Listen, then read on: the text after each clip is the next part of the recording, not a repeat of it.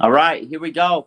Ladies and gentlemen, boys and girls, children of all ages, let's get right into it. This was a busy day, a very busy day, man. Oh, ladies and gentlemen, this was a crazy day.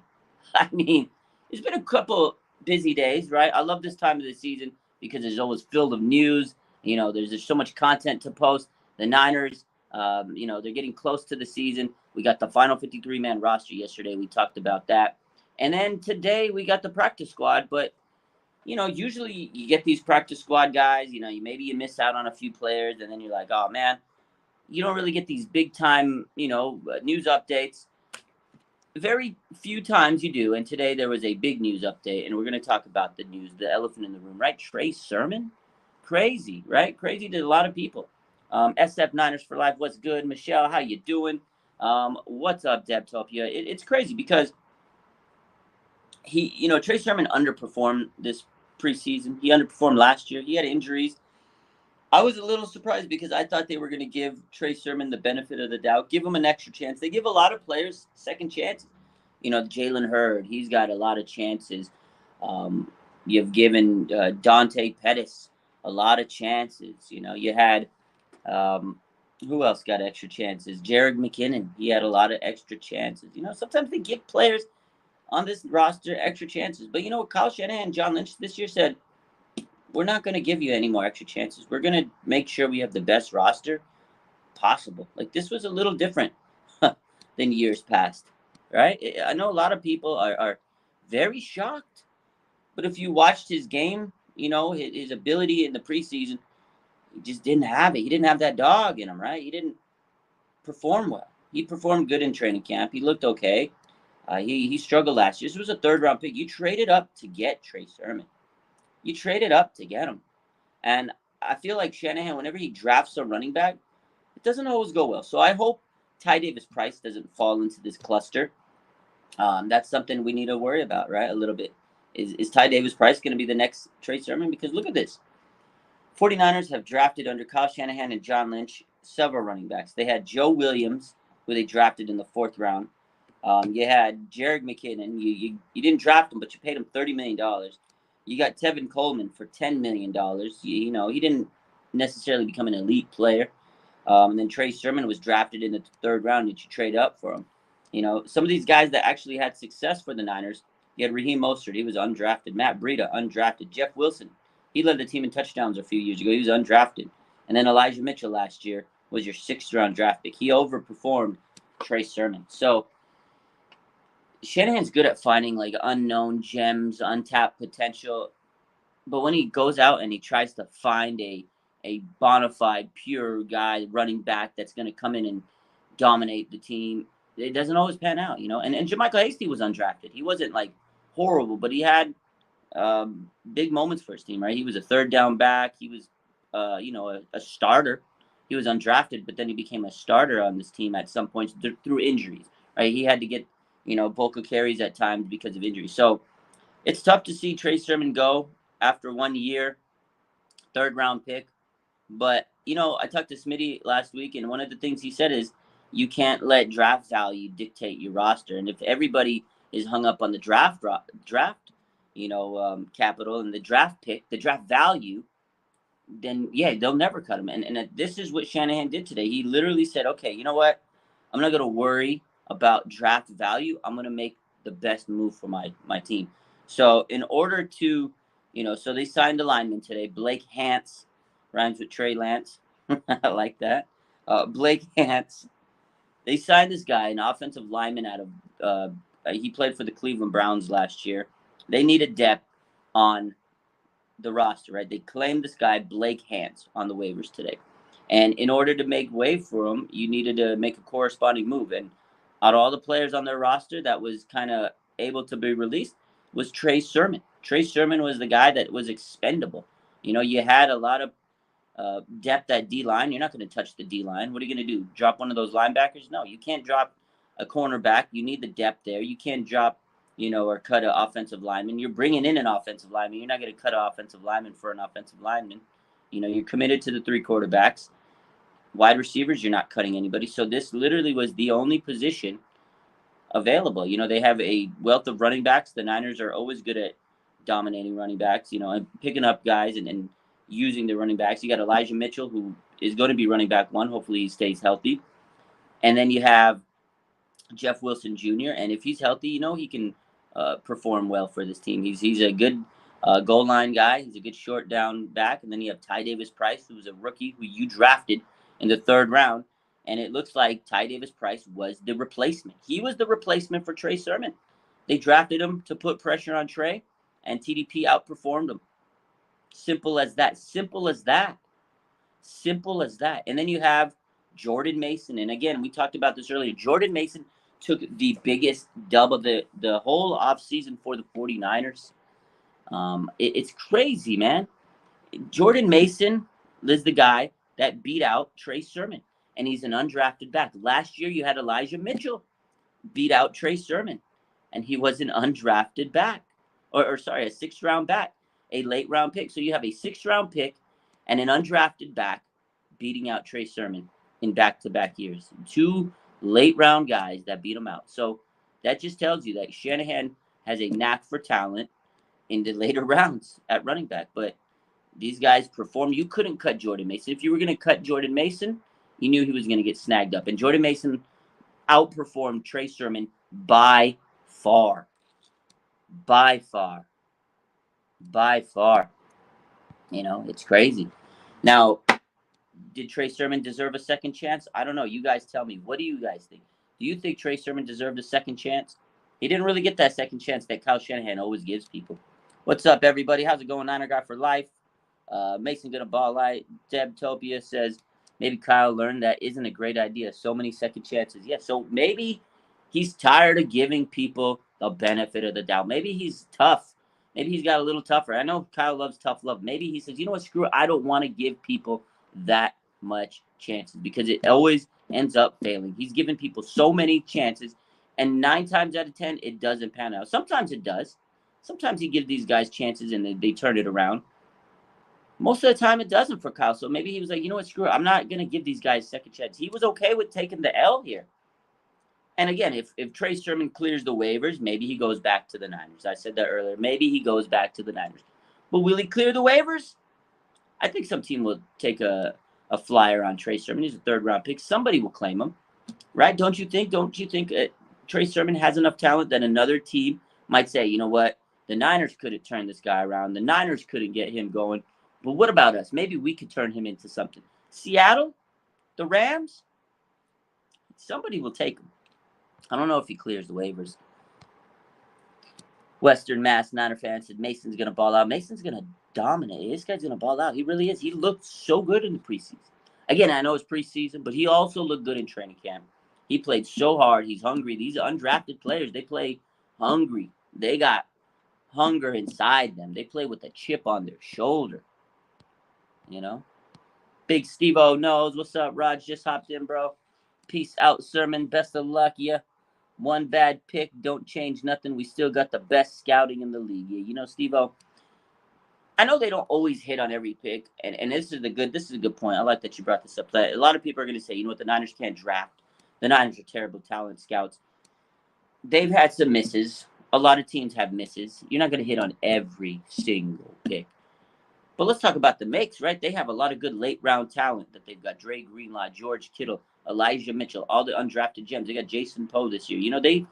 Sam Womack looks like another gem. They Talanoa Hufanga, late-round guy. They are good at evaluating talent later in the draft rounds. They got a man named Adam Peters who's a phenomenal draft scout. And he helps them out. They have definitely made some blunders. Dante Pettis, Solomon Thomas. There has been some bad draft picks. Reuben Foster. We can go down the list. There has been some bad draft picks. But you got Nick Bosa. That was a home run pick. You couldn't mess that one up. Deebo Samuel, Brennan Ayuk. They have had some phenomenal draft picks. The jury's still out on some of these guys. Aaron Banks. Spencer Burford looks like he could be a gem. The jury's still out on some guys. But, they definitely miss sometimes. But when they miss, they miss. But when they hit, they hit. So it's kind of like, you give some and you lose some. You're going to hit some draft picks. You're going to hit some draft picks. You're not going to hit them all. But this was a big reminder that Kyle Shanahan has had a hard time drafting running backs earlier. Joe Williams, we mentioned him earlier. I feel like he tries to get a lot of running backs on this roster because he loves to run the ball, right? He's a big time physical. Let's run the ball. Let's pound it down their throat. Let's play smash mouth. Let's open up the play action game. So he tries to get as many running backs as he can. They're not all going to pan out. He just needs to stick to getting those late round guys, you know? Let's get to these comments here. What's up, my man Media?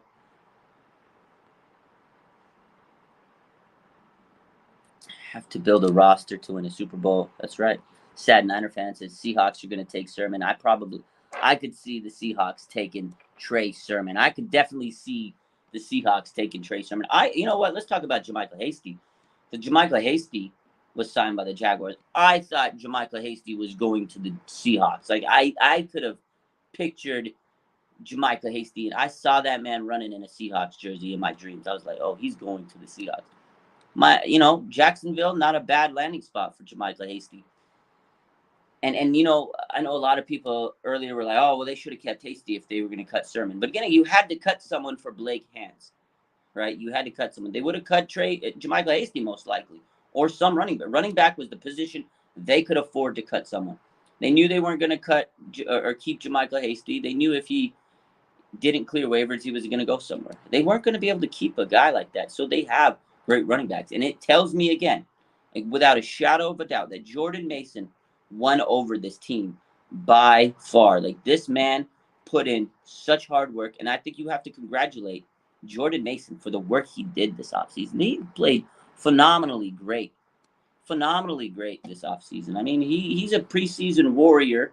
Of course, he's a preseason warrior, but you can just see it in the film. When you watch those highlights, you're like, he has something special to him, just like Elijah Mitchell did last year, you know? Let it be known, says Sermon still has potential, hopefully, to come back. I think the practice squad would do good for him. You know what? If he does come back and he goes to the practice squad, this is definitely a good move for him. It'll push him harder, make him work a little bit better. You know, it's going to be a humbling experience for Trey Sermon. I'm sure he's frustrated. I'm sure he's sad. I'm sure he's down in the dumps. But again, it's a mental game too. It's not a physical game. You could be bigger, faster, stronger, but you mentally have to be stable. And a lot of times, moves like this might mentally, bring him down. So we don't know the mental of this guy. I still think that he's a good enough guy and he has enough talent and potential. He's still young. Another team might come and claim him. But if he doesn't get claimed by anybody, they can stash him on the practice squad. And you know what? If he's on the practice squad, he just got to work hard. He's got to work harder than the next guy and the other guy. He's got to work his ass off and say, you know what? I wasn't good enough last time. I got one more chance to prove myself. So if they do claim him and he clears the waivers and he gets to the practice squad, this is his final chance to prove, This is a good question. Again, we've been talking about this. Do you see Trey Sermon making the practice squad? Again, I think that he would get claimed by another team. I don't think that he would pass the waivers generally. I know he didn't have a good preseason, but he's still got a good name. He's a third-round pick. I think some team might look at him and say, you know what? He's got talent. He just maybe didn't mentally fit in right with the Niners. Maybe he didn't fit the scheme. That's something that we have to really look at is, did Trey Sermon ultimately fit the scheme of the San Francisco 49ers? He doesn't have that burst. He doesn't have that quickness that you need to hit those holes that these running backs for the Niners have. And that's the one thing. The people that don't succeed with the 49ers, it's because they don't have that speed and that vision. Raheem Mostert, buttery smooth running style, and you can take off. Elijah Mitchell, he's got that quickness. He's got that elusiveness. Even JaMycal Hasty, I wasn't a big JaMycal Hasty guy, but he had that elusiveness. Danced a little too much for me, but he did have that quickness. He had that burst. So maybe Trey Sermon didn't fit the scheme for the San Francisco 49ers. Maybe another team sees him and they're like, oh, we know he can fit in our scheme. I'm sure teams scouted him coming out of the draft other than the Niners. He has talent. But one thing you got to realize, he played on an Ohio State team. He played on Oklahoma, too. Those guys had great offensive lines. And he played with mobile quarterbacks out of the shotgun. So he was running behind great lines. He was playing out of the shotgun. He was playing with mobile quarterbacks. with the chance of an option. And he was not always the running back one. He was not the starter. He was the backup. So he was kind of coming in when the defense was gassed out, and then he'd take off and do his thing. So he wasn't the volume back. He played on predominantly teams that had great linemen in front of him. So let it be known, says Trey Sermon's hesitation hurt him more than speed. And that's one thing we did talk about too over the last couple of weeks. He's hesitated a lot. Like, he just wouldn't go and hit that hole. It's like it took him time to go and hit that hole. And this is one thing we said. We said that he was slow in the sense of he couldn't go and find that hole fast enough. It was like he was waiting. He didn't go and be decisive. Like some of the running backs on the night, like Elijah Mitchell, he's pretty decisive. He knows where he's got to go. He knows where the hole's going to go, and he makes up his mind and he hits that hole. Trey Sermon, he danced, and he was waiting, and he didn't always follow his blockers. And again, he wasn't just as decisive as a guy like Eli Mitchell. And Elijah Mitchell last year, when he came in, he immediately took that role. Raheem Mostert gets hurt, right, at the start of the season.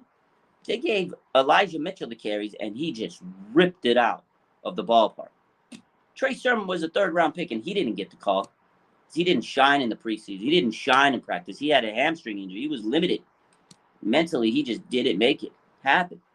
And Elijah Mitchell took his chance and ran last year. Missed 6 games and led the team in rushing yards. It was crazy. So. Oh, we got a lot of comments. Let me get to these. Drew C. says, no one is denying the late round gems they find, but the early round picks they miss are inexcusable. Stop giving them out so much. You're right. They are inexcusable. And and that's why I said you have to sit there and bring them up. Like, they did make a lot of blunders early on, but to me, it washes out. Like, you have so many good late round picks. You got some bad early round picks. It's kind of like they wash each other out a little bit. But moving forward, I think we do need to be a little bit more critical, because you cannot keep on missing out on play. They passed on a lot of players, and this is true. You know what? We need to hold them accountable, because they passed on a lot of players. Like Aaron Banks. Let's talk about Aaron Banks, right? 2nd round pick. I know he hasn't played yet, so we can't sit here and judge him yet. But if he doesn't pan out, they passed out on a lot of players. Asante Samuel to being one of them. They could have used him, right? Azeez Ojulari, they could have used him. If Aaron Banks doesn't pan out, and we let Laken Tomlinson walk, and obviously he got paid a lot, and they knew Aaron Banks was the guy that was going to replace him. If they miss out on players that could have been really, really, really solid for them on this team, it's going to be a blunder, right? And as much as I love Javon Kinlaw, this is a make-or-break season for Javon Kinlaw. The jury's still out. I'm not going to call him a bust yet. I know a lot of people want to call him a bust. Knee injuries have been horrible for Javon. They got rid of Defoe. They kept D Ford. We ain't even talk about that. We know the story. We all know how crazy that was. But you have Javon Kinlaw here. A lot of pressure. They also let DJ Jones go, putting a lot of pressure on a guy that's had knee issues through his career. He looks like he's in phenomenal shape. He looks focused. He looks ready to go this year. But there's a lot of pressure on Javon Kinlaw. This is a massive make-or-break year for the guy. A lot of pressure. First-round pick. They had Tristan Wirfs sitting there. They could have got Tristan Wirfs, right? As much as I like Brandon Ayuk, I love Brandon Ayuk. This is another big year for him, right? This is the breakout season. A big, massive year for Brandon Ayuk to break out. They could have drafted Justin Jefferson, right? No disrespect to Brandon Ayuk. We all love Brandon Ayuk. We all think he's going to be a superstar this year. But Justin Jefferson, he's already established himself as probably one of the top wide receivers in the league. Depending on who you ask, he might be the number one. So it is something you do have to bring up. So you're right, Drew. Reyes says, have they dropped the uniform schedule? Not yet. This is a good point. Adam Peters is making those late round picks, and you're right. He saves them on a yearly basis. I'm a little interested tomorrow that Adam Peters is going to be addressing the media. So we got to ask him about these. I want them to ask him about the Trey Sermon. What did they see in evaluating talent? They're not going to tell you straight up that this was a John Lynch pick or a Trey Lance or a Kyle Shanahan pick or an Adam Peters pick. But if you know the Niners, Adam Peters is that late round gem guy. He kind of has a lot of work and involvement in getting some of these gems. A lot of these guys, that succeed are Adam Peters guys. So this is going to be interesting to hear from Adam Peters tomorrow and his take when they ask him about Trey Sermon. You know, it is interesting. Sad Niner fans, just trade all our first round picks. Because Lynch misses every time. He does miss a lot. Like, he's missed a lot. Let's be honest. Solomon Thomas, Reuben Foster. Mike McGlinchey was still questionable. I mean, he's been a great run blocker, pass protection, and now he's got knee issues. There's a lot of players they passed up on when they drafted Mike McGlinchey. It's a lot of players they could have got during that draft. That was a crazy draft. I remember that. And then they go and trade Trent Brown like the day after. That day blew my mind. That day blew my mind. Oh, man.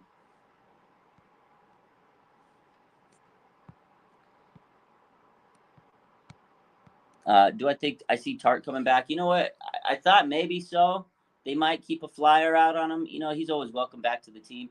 But I don't know if he wants to come back. That's the thing. Like, everybody thinks it'd be so easy to bring back Tart, but I've been thinking about it the last few days. Does he want to come back? The fans hated him. As he left, as he walked out that door, the fans, they didn't like him. A lot of people hate on Jaquiski Tart. So maybe he doesn't want to come. He's got to want to come back. It's got to be a mutual thing. You know what I mean? So it's tough to hear. You know, fans sit there ripping him a couple months ago, and now he sees fans saying, "Oh, come back, Tart." So we'll see how he feels about it. But I don't think the Niners would be opposed to it. But you know, they did keep Tashaun Gibson on their practice squad, so it kind of tells me that they're okay with the depth they have at safety. You got, you know, Jimmy Ward on the injured reserve. You got Talanoa Hufanga. You got George Odom. You got Tarvarius Moore, and you got Tashaun Gibson, who you can call up to the practice squad. And then Dante Johnson, they could call him up whenever they need to. And you know, Dante could play pretty much any spot in the secondary this year, so or on this team. You know, so let's take a look at some more of these questions. Womack. Kai says Kyle and Lynch make great moves 95% of the time, but when they make a bad decision, it's noticeable. Yeah, that's true. And he says hindsight's 20/20. Yeah, and again, when it's bad, it's bad. It's like a gaping hole. When it's a bad move, it's a bad move. It's noticeable. There's no like, well, no. Reuben Foster was a bad move. You ain't gonna sit here and tell me it wasn't. You know, like character issues. There was red flags all over the place. Loved his talent, but it was a bad move. So you're right. You're right. When it's a bad mistake, when it's a bad decision, it's a very noticeable bad decision. That's a good point. But you're right. Hindsight is 20/20. Like, we can sit here and say, "Oh, yeah, this was a bad." At the time, it would look like it looked good. Like Trey Sermon, you can't sit here and tell me last year when Trey Sermon was drafted on this Niner team, everybody wasn't excited. Like, for the majority of the fan base thought Trey was going to be a something special in this backfield. Trey Sermon, you know, Ohio State running back. He has the talent in Kyle Shanahan's system. I mean, it seemed like it was going to be a match made in heaven. It seemed good. It had the makings of a great story. Didn't pan out well. But again, they did trade up, and they did miss out on a lot of players last year. Like, there was Creed Humphrey they could have drafted last year. There were certain linemen that they could have added to this team. There was several players that they could have added in those 2 rounds, and they took Aaron Banks and Trey Sermon. Again, Aaron Banks, a lot of pressure, but again, Creed Humphrey was there. You know, Chad Manners was there. Asante Samuel, Azeez Ojulari. There's a lot of good players that they kind of passed up on to take these guys. So, again, is their talent scouting? It's their evaluations. It's crazy. But, you know, I am pretty – it is interesting. So this is the way I got to look at it. It is interesting that the fans were calling for Trey Sermon's neck. Like, you see, everybody was sitting there. You should cut him. Cut this bum. He's terrible. And the Niners didn't even waste any time. They cut him. Usually it doesn't always happen that way. So it's interesting. Ah, man. Sad Niner fan. Maybe Shanahan can't evaluate O-line talent. You know, I sometimes think that myself. I mean, Trent Williams was easy. You can't miss on that, right? You can't miss on Trent Williams. That was easy money. He was in a situation where he didn't want to play for his team. Joe Staley's retiring. You make the call 10 times out of 10 when that situation arises. You call Trent Williams, yo, Joe Staley's retiring. You want out of Washington, come here. But drafting-wise, they don't always hit the mark on drafting a lineman. We'll see. Kai says that Kyle has ignored the O-line since he got here. I feel like they don't want to bring in Trent Williams. You got to give that a lot of credit. That was amazing. But they had Joe Staley, so it was like, oh, we got Joe Staley. Now it's like, oh, we got Trent Williams. He can make up for everything. It's like sometimes they don't want to get the most elite linemen out there. They want D linemen. Like D linemen, they stack it up. I wish they stacked the O-line as good as they stacked the D line. I really do. I really wish they would have got Tristan Wirfs a few years ago. I think that would have been a home run pick. There's always good offensive line. It's not always the sexy pick, but it's sometimes the necessary pick. I know they went and they drafted Mike McGlinchey early, but I feel like that was a reach. And it's like when they go and they draft linemen, offensive linemen, I feel like a lot of the times they take guys that are a little bit of a reach because Kyle likes that zone blocking scheme, and he finds specific guys. Like when I saw them draft Aaron Banks last year, I still am not 100% behind it because Aaron Banks is a mauler. He's a powerful guy. He's not that athletic type of guy that you need in Kyle's system. Like Kyle's system, you need to be agile on your feet. You got to be able to hold your blocks and run because they run the ball a lot, right? Aaron Banks doesn't fit that mold, so I'm a little worried. Is he going to is he going to pan out? I don't know. It's tough. My man LO says Burford and Poe is going to be starting at guard next season. That's possible. Burford's a dog. He looks like he has the tools to be a solid player on this team. He's got that agility. He's got the power. He's got the speed. He plays a lot like Trent. Trent, took both of those guys in this offseason and trained them. Jason Poe, he's tough especially for his size, and he's got the leverage. He's got the power. He's quick on his feet. I like those two guys. I think they're young. They're going to make mistakes. Burford, he's made some penalties here, but he's just got to clean it up. He's got that toughness to him. I like Poe. I'm happy that he came back to the practice squad. That was something that was a big dub today. Let's talk about the practice squad now that we're talking about Jason Poe. That, to me, was the biggest dub of the day. Yesterday we were all worried Jason Poe doesn't clear waivers. We were all worried that he's not going to clear the waivers. But he cleared the waivers. That was very nice to see. And the Niners were able to bring him back. It was a big dub. They kept Nick Zakelj on this roster, the 6th-round pick. And I think that was the smart move. He was a draft pick. You don't want to lose your draft picks. Because speaking of draft picks, you don't want to lose another draft pick and, he maybe gets claimed somewhere. Then that's taking an L in the draft. You keep your draft picks. Poe was undrafted. If he clears the waivers, great. You snag him back up. If he doesn't clear waivers, then that's a testament to your coaching to say, you know what, man? We developed him so good as an undrafted player. Someone snatched him. So you take that L. You don't want to lose a draft player. They did lose one earlier. Tariq Castro Fields, but they kept Nick Zakelj, and this guy can play center and guard. Shanahan likes that versatility. I think Nick Zakelj is going to be groomed to be the future center of this team. And depending on how Jake Brendel does, maybe he gets to play early this season. If Jake Brendel doesn't pan out, Nick Zakelj might be a starter on this line. You might have another rookie starting. I don't know. He's a 6th-round pick, but he's very smart. He processes things great.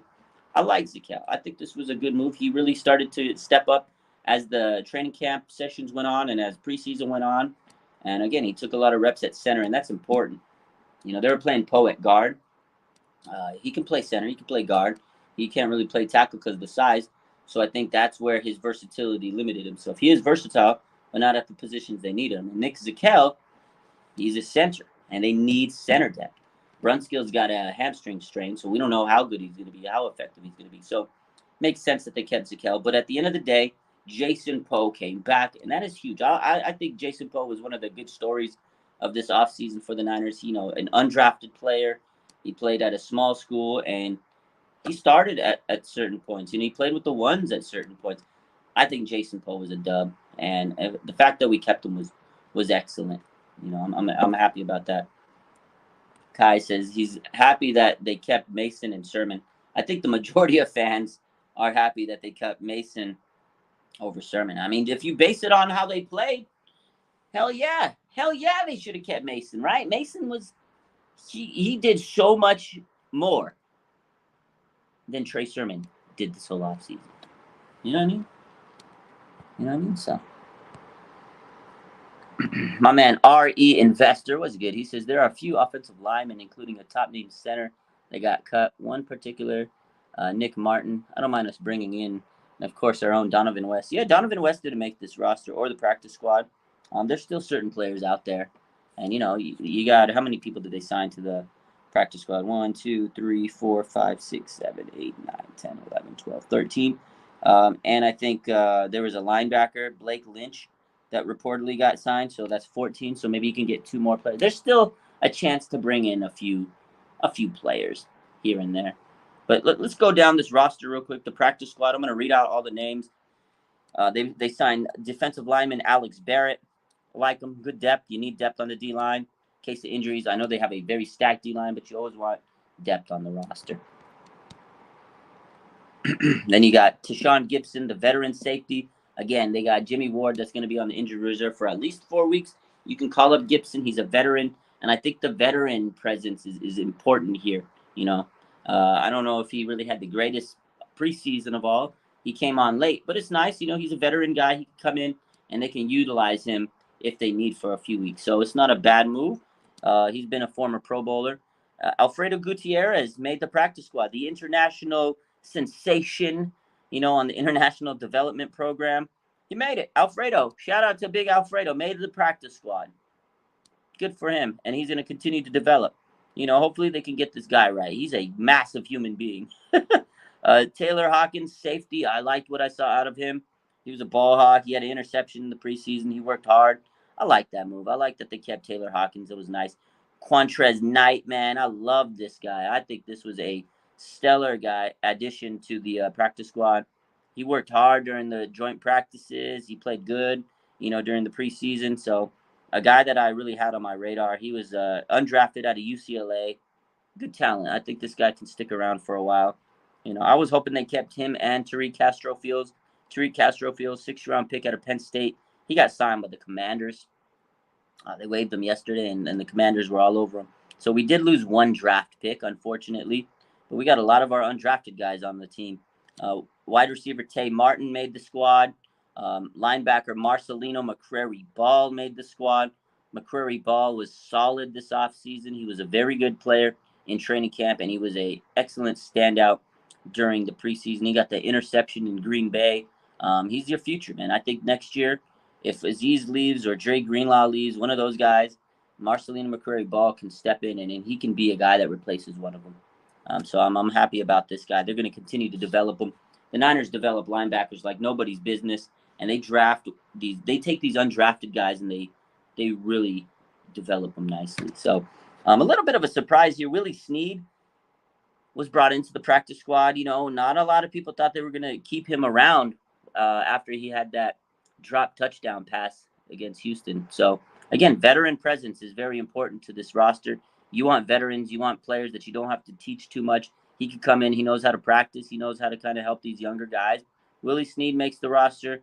Did he have the greatest preseason? No, it was tough, man. Yes, sir. Appreciate you. Akeem Spence, I liked what I saw out of him. This is another defensive lineman that you need to add to the depth. You got to have depth because this D-line is the heart and soul of this team, this defense. If there's an injury, you need to call somebody up from the practice squad. So Akeem Spence, they kept him around, and he'll be on the depth chart. You got my man Keaton Sutherland, offensive line. Honestly, if you're an offensive line and you have a pulse, the Niners were most likely going to keep you if you at least didn't make any mistakes. Keaton Sutherland was that guy. I mean, he didn't really do anything special, but he was an offensive lineman that knew the system and didn't get in trouble. They kept him. Justin Skule, on the other hand, he gone. Justin Skule, pack your bags. You are gone till November. Gone till November.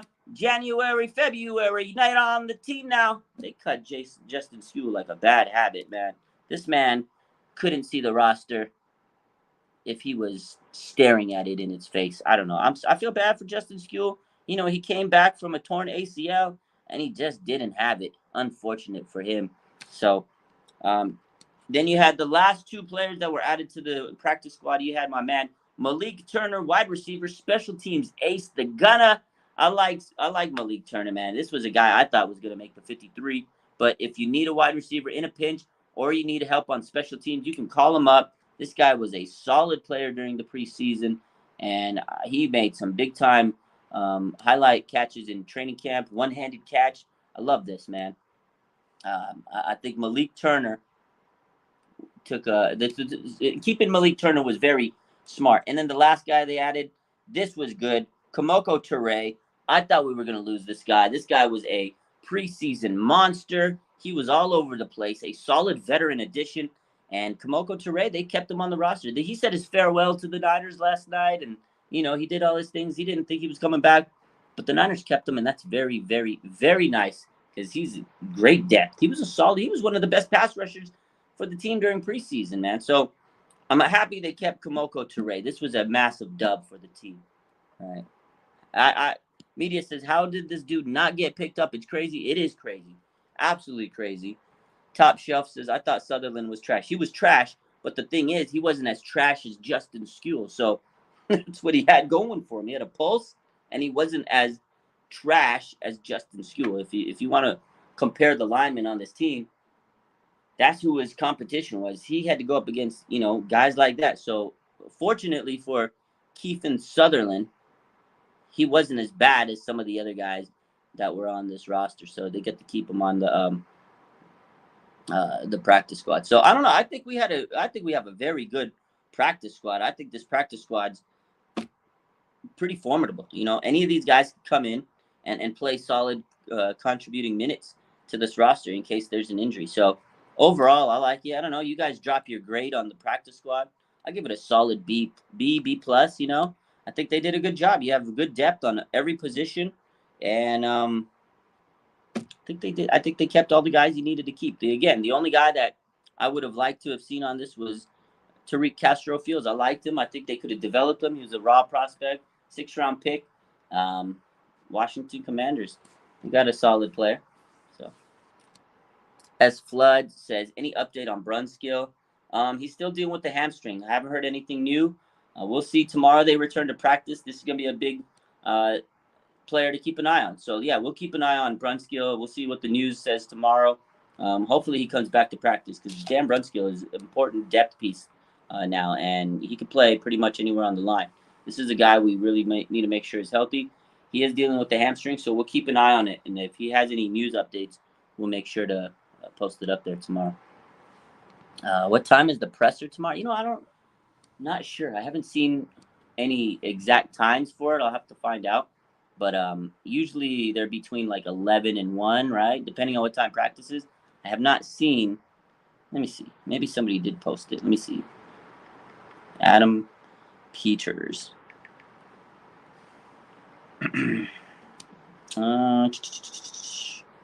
Doesn't say what time. It says the 49ers are making Adam Peters available to the media for the first time.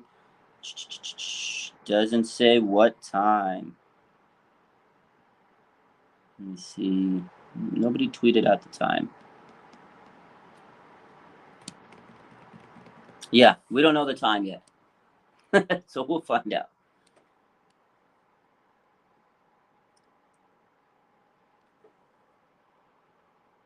S. Flood says, you wonder if tomorrow's practice is awkward at all. What do you guys think? You think it's going to be awkward tomorrow with Jimmy Guap back in the building? Garoppolo's back. You think it's going to be awkward? I don't think so. I think these guys are professionals, grown men. I was listening to a couple people today. Listened to Crocker. I was talking to Eric Davis, and then I asked them both. I said, is it awkward when and they said, we've had quarterback controversies in our, it's nobody talks about it. Nobody brings it up. I don't think it's going to be awkward for the players because they're professionals. These are their teammates. They respect the hell out of them. I don't think it's going to be awkward for anybody unless they make it, right? Unless they want to make it awkward. But I don't think it's going to be an awkward situation tomorrow for anybody. I think for the fans, it's going to be awkward. I think the media and the fans is going to be a little weird. But the players, they don't pay no mind. So Eric Crocker this morning was talking about it, and he said when he was back on the Jets, where they have Mark Sanchez and Vinny Testaverde. I think that's who it was. Was that who the quarterbacks were when he was playing? Something like that. I think that's who it was. And he says, there was a quarterback controversy, the young buck taking the old man's job. And he says they walked into practice, they did their thing, and nobody said a word about the quarterback situation. And I talked to Eric Davis, and he says, everybody knew what was going on. We knew there was Steve Young and Joe Montana and all that stuff because nobody brought it up. You just go out there and you play games and you play for whoever's out there, So Ray says 49er players love Trey and Jimmy. They love them both. They're going to support them both. They're both teammates. At the end of the day, they're teammates. They're going to go to war for whoever's out there. Eric, Kittle is going to be happy as heck Jimmy is back. I'm pretty sure George Kittle's going to be a little happy tomorrow. I'm sure there's going to be some Kittle Jimmy G content. We'll see. I wonder who's going to meet with the media player-wise. You think Jimmy Garoppolo meets with the media tomorrow? Now that we want to talk about awkward. Now that's going to be a little awkward. If Jimmy Garoppolo meets with the media tomorrow, that is going to be what's awkward because the media's going to ask him some weird-ass shit. They're going to be stirring the pot. That's what's going to be funny. Because the last time Jimmy Garoppolo was live with the media, what did he do? He said farewell, goodbye, I love you. He said goodbye to the Niner fans. And now he's back. So that is going to be a little weird. I think it's going to be weird for the fans, really. Is Kai says, is Armstead ready for week 1? All indications point to, he should be ready for week 1. He came back to practice last week. He's been moving good. He's been going through his rehab well. So it looks like all signs point to Arik Armstead being back for week 1 against the Bears. That's good news. We need Arik Armstead. He's a beast. Drew says, hey, you remember last time, that last press conference I had? So just forget about it. Yeah, right? He's going to – I wonder what his opening line is going to be like. Oh, yeah, hey, guys. So last time we said farewell, I'm going to say hello again. It's definitely going to be an awkward situation with Jimmy Garoppolo. If he comes back and has a press conference, it is going to be a little funny. It's going to be weird. But I don't think that it's going to be awkward for the players because these guys are professionals and they all respect the hell out of each other, So I like this comment. He said, Drew says, Trey's a professional. He wouldn't be saying anything, even if he felt any type of way. Yeah, that's the thing, man. These guys are going to handle their business. They respect the hell out of each other. They're professionals. They know how to play the game, and they know how to, treat each other right. And the biggest news out of all this, the other day, right? The other day when Kyle had that the conference call, him and Lynch, they said they sat down with both of these quarterbacks. If you remember Albert Breer's tweet the other day, he says Kyle and Lynch, they had a talk with Trey Sermon. Sorry, Trey Lance. They had to talk with Trey Lance. They had to talk with Jimmy Garoppolo. That was a brain fart right there. They had to talk with Trey Lance and Jimmy Garoppolo and all the quarterbacks, and they sat him down. They told him what's going to happen. And Trey Lance said, okay, that's awesome, dude. He respects Jimmy. Jimmy respects Trey. And at the end of the day, we all know this is Trey Lance's team. And they've made it very abundantly clear. That's it. If this is Trey's team, Jimmy's there as a backup, so be it. 49er Dog says, the best quarterback room in the NFL. You're right. Adrian Gary says, where do you think Sermon ends up? Well, just a good question. Let me answer it to you. Everybody in the chat, drop a comment. So if he doesn't clear waivers and he gets picked up by a team, where does everybody think Trey Sermon goes? I'm going to say Seattle. I'm going to say Seattle. Or check this one out. The New York Jets. Right? The Jets, they need a running back. Plays in a system similar to the Niners. They could scoop him up. Or even Miami might, but they got enough running backs. They already got enough. So I think they'd have the lowest probability of those 3 teams. But honestly, I could see him going to the Seahawks. They need running back depth. They would love to scoop a Niner up. And the Seahawks love to take our sloppies, our sloppy seconds. They love to take the Niner, players that get cut all the time. Let's see. Top Shelf says the Giants. Ooh. Vincent Flanagan says the XFL. Eric O says Sermon's going to the practice squad. 49er Jeff says maybe he was a Mike McDaniels guy. Maybe he was. Maybe he was. You never, and that's an interesting thing too, right? You don't know who really is a guy's of certain, like, Kyle Shanahan. Maybe it was a Kyle Shanahan draft pick. Maybe it wasn't. You know what I mean? Like, maybe it was a Kyle Shanahan pick. Probably not. You know what I mean? Who knows? It's interesting to see if we were a fly on the wall to know who every player, gravitated towards, or who scouted each player. Was it Kyle Shanahan that scouted certain players? You know what I mean? So, what's up, Smitty? My man, Smitty in the building. If you want to jump in, I sent you the link on the group chat. Tap in, man. If you want to come in, we're going to talk Trey Sermon. I want to hear your thoughts on this. Let's see. Debtopia says the Seahawks. Roldan says the Seahawks. 49er Dog says the Bucks. The Bucks. Woo! Okay. JC says honestly anywhere. At this point, who knows, right? Anywhere, huh? Woo. Oh, man. Whew. Score prediction week 1. We'll get to that. I haven't put a score out yet. I got to break down that game yet. We'll do a prediction soon on that one. Smitty, my man, shout out. If you want to drop in, go ahead. S-Flush is definitely a Kyle pick. It seems like it's a Kyle. Like, it does have Kyle Shanahan written all over. Trey Sermon has Kyle Shanahan written all over him, doesn't it? Doesn't it seem like it's a Kyle Shanahan pick?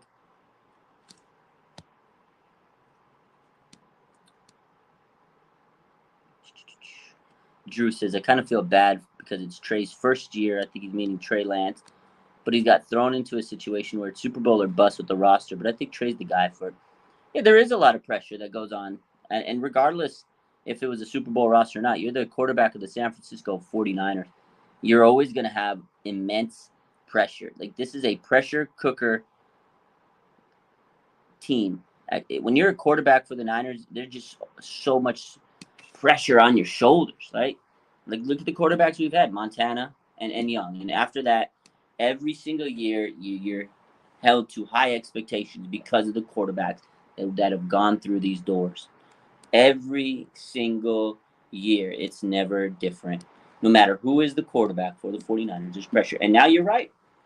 We were one of 4 teams that had a chance to make it to the Super Bowl last year. The NFC Chad, there was the Final 4.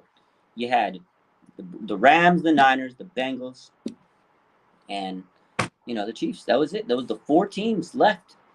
And any one of those teams could have won a Super Bowl. And we were that close. We were that close. NFC Championship game. And now you have a roster that's pretty much the same. They even added some players. They made this roster better, if you really think about it. Maybe they lost a few linemen. So you kind of have to consider that a little bit. But this is a Super Bowl caliber roster still, with the 7 players in the NFL top 100. Bosa, Warner, Trent Williams, Kittle, Debo. Some elite talent. Kyle Juszczyk, Jimmy Ward. Elite talent on this roster. They brought in Charvarius Ward. You should expect this team to go to a Super Bowl. But you're right. Trey Lance is going to have an immense amount of pressure as a first-year quarterback. And he's going to be scrutinized all year. There's going to be pressure on his shoulders. But he would have had pressure regardless. But I think the pressure definitely did get a little bit intensified because you're on the Niners and you have a lock-solid roster. So it's tough. It's tough. Appreciate you, Kai. I don't know about that. My man, 49er Dog says, did you make a bet with Bear Down on game 1? Not yet. We will make a bet with Bear Down when he comes on my stream in next week.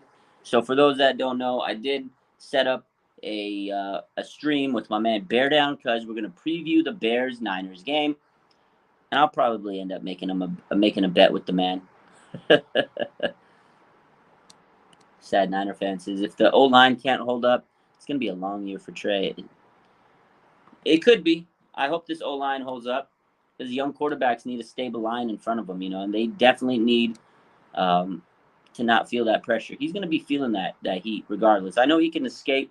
I know he can run away from pressure, but you still need to have protection, man, because that protection collapses. He's going to feel it, and these guys are gunning for his neck. These guys are bigger than anybody in the college ranks. These guys are faster. These guys are stronger. These are some big-ass dudes running for your neck. Trey Lance needs protection. I agree. It's going to be exciting times. Eric, this is a good take. I don't know why people don't like Grant Cohn. I know he has his hot takes, whatever. He does his thing. He's a good job at what he does. I'm starting on the YouTube. Shout out to Grant Cohn. He kind of started YouTube before anybody got into it, and he was smart for doing it. He kind of was, he was smart for getting into it before everybody did. I should have got into YouTube a long time ago, man. Honestly, I should have. That was an L by me. I took an L, but it doesn't matter. We're going to keep pushing. I just got on YouTube, and we're going to push forward. But I respect Grant Cohn. He's a good dude. If you actually talk to the guy, I know he has crazy takes, but sometimes his takes aren't bad. I just think that everybody wants to be positive and roses and, rose-colored glasses. There's some negative takes. The way Grant Cohn is kind of like if Smitty was a Niner fan, like a true Niner fan. We know he is really, but it's kind of like Smitty. But Smitty has some crazy takes. Y'all love Smitty.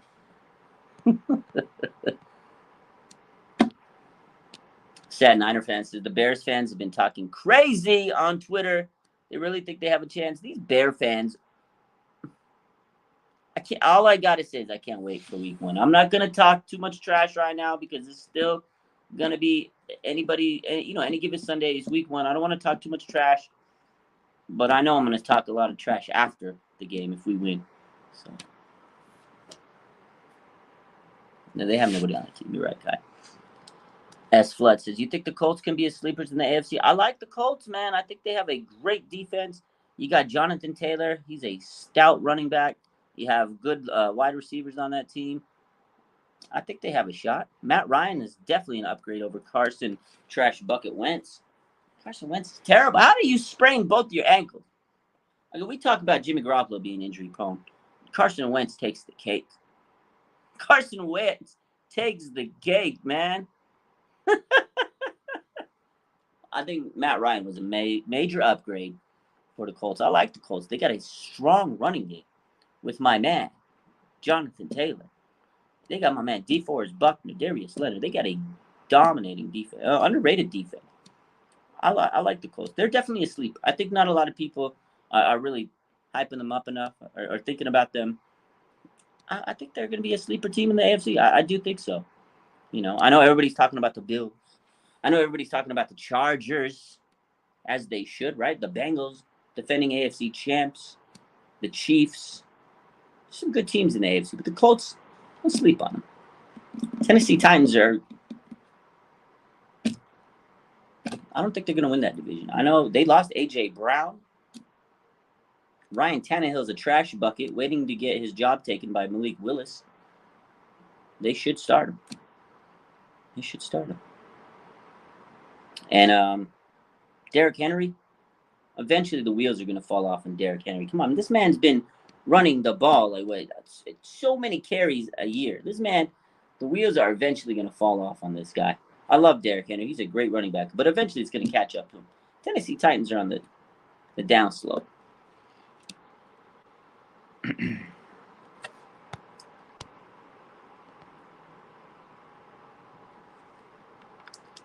Sad Niner fan says Matt Ryan is expired. I don't know. I know he's old. I know he's kind of getting close to that expiration date, but I think he's a step above Carson Wentz. That's all I'm saying is I don't think Matt Ryan is like an elite quarterback anymore. He's not like what he was when he was MVP with Shanahan, but he's better than Carson Wentz, man. Let's be honest. Let's be honest with ourselves. Carson Wentz, man's a trash bucket.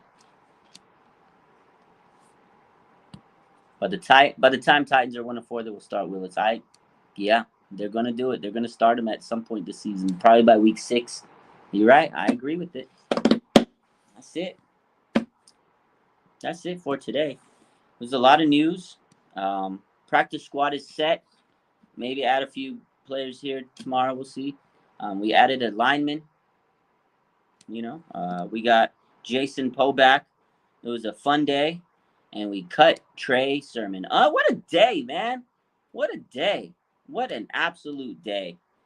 Blake Hance, ladies and gentlemen. Blake Hance is the reason Trey Sermon is out of a job with the Niners. Blake Hance, ladies and gentlemen. Blake Hance is not getting a Christmas card from Trey Sermon. Hit that like button, everybody. Trey Sermon is not sending Blake Hance a Christmas card this year. This man got that fucker cut from the team. Can you believe they cut Trey Sermon? Marco says they actually cut him. Are you guys still shocked? Did you guys think this was like shocking news? Did you think it was, or do you think he should have been cut? You tell me, like, were you like when you saw the notification, when you saw the breaking news, were you like jaw on the floor? Were you surprised? I was surprised. I didn't think, because he made the roster. He makes the 53-man roster, and then they cut him the next day. They literally cut him the next day. They kept him on the roster just to cut his ass the next day. That's cold-blooded. That's cold-blooded, John. Kyle Shanahan and John Lynch went savage mode on it. You know what? Hold on. Yo, what's up, John Lynch? Yo, what a savage move. You went savage mode. You cut Trey Sermon the day after you signed him. You are, yeah, have a good night. You are savage. I ain't playing games with you. I ain't playing games with John Lynch. He ain't kid. They are not playing games this year. Top Shelf said surprised but should have. Yeah, I mean, obviously it should have been cut, but I was just shocked that it happened the day after. Cold-blooded. Business is business, though. That is crazy, man. Whew. What a day. It's been an eventful 2 days. These last 2 days, just so much news. I love it. I love when the season's back. You know, I love when the season starts. I love when all this news is dropping, all this content. It's fun, man. It's fun times. So, yeah, it is what it is. Shout out to all the fans that follow and support. I love you guys. Hit that like button and subscribe to the page. If you don't want to, that's cool. Tell your enemies to subscribe to the page. All right? Have a good night. Take care. I'm going to eat some food. Maybe I'll go live on Instagram later. But you guys have a great rest of your night. Appreciate you. Bang, bang. Not again.